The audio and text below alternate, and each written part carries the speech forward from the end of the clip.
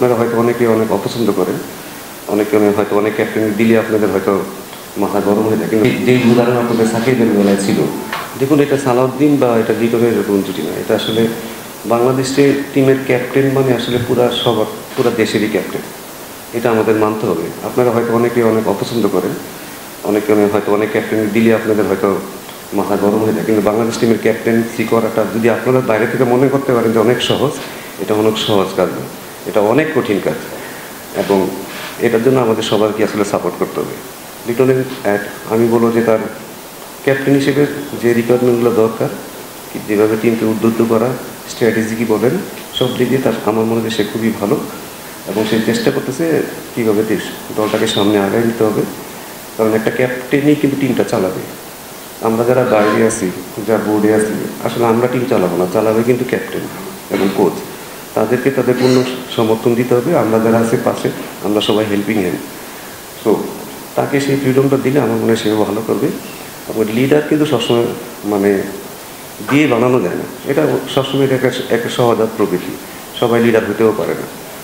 তো এবং মনে করতে হবে যে ক্যাপ্টেন্সি যখন কেউ করে, সে কিন্তু পুরো বাংলাদেশে প্রতিনিধিত্ব করে, তারপর অনেক চাপ থাকে। তবে তাকে সেই সমর্থনটা দেওয়াটা কিন্তু আমাদের নৈতিক দায়িত্ব। মানে আপনারা যারা মনে করেন যে বাইরে থেকে বাংলাদেশ টিমের ক্যাপ্টেন্সি করা অনেক সহজ, আপনারা আসলে ভুল রাখতে যাচ্ছেন। না না, দেখুন লিটনকে আমরা সবসময় একটু অন্যভাবে দেখি, কথা কম বলে, হয়তো আপনাদের সাথে হয়তো কথা কম বলে, বা যারা কাছে থেকে মিশে তারা হয়তো তাদের সেই ভুল ধারণা হয়ে যাবে।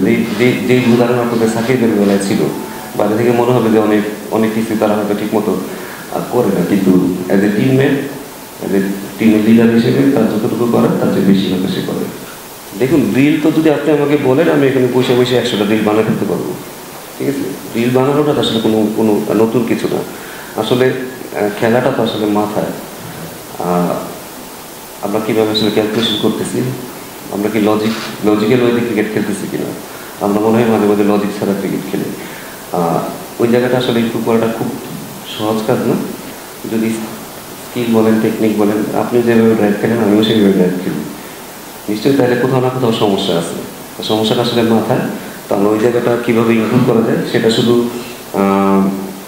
বললাম আর হয়ে গেল তা কখনই হবে না। এটার জন্য আসলে অনেক কালচারাল ব্যাপার থাকে, যে জিনিসগুলো নিয়ে আমরা আসলে অলরেডি আমরা কাজ শুরু করছি। কারণ এই একটা জায়গায় আমার কাছে মনে হয় এই জায়গাটা আমাদের খুব তাড়াতাড়ি ডেভেলপ করতে হবে। এখন বললেই হবে না যে আমরা করবো, বাট এটা আমাদের খুব তাড়াতাড়ি করতে হবে।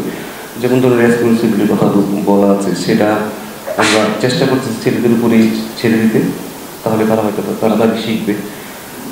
একজন আরেকজনকে কোচিং করানো, সেটাও একটা নতুন স্ট্র্যাটেজি আমরা হয়তো নিয়েছি, যেটা থেকে তারা নিজেরা ক্রিকেটটা নিয়ে একটু চিন্তা ভাবনা করবে। তো এরকমভাবে চেষ্টা করছি যে আমাদের কালচারটা যেন একটু চেঞ্জ হয়, যেখান থেকে ছেলেরা নিজেরাই শিখবে এবং নিজেরাই দায়িত্ববান হবে এবং নিজেরাই নিজেদের প্রবলেমটা সলভ করতে পারবে। আমার তখন হয়তো আমরা তাড়াতাড়ি ক্রিকেটটা অনেক আগে নিতে পারবো।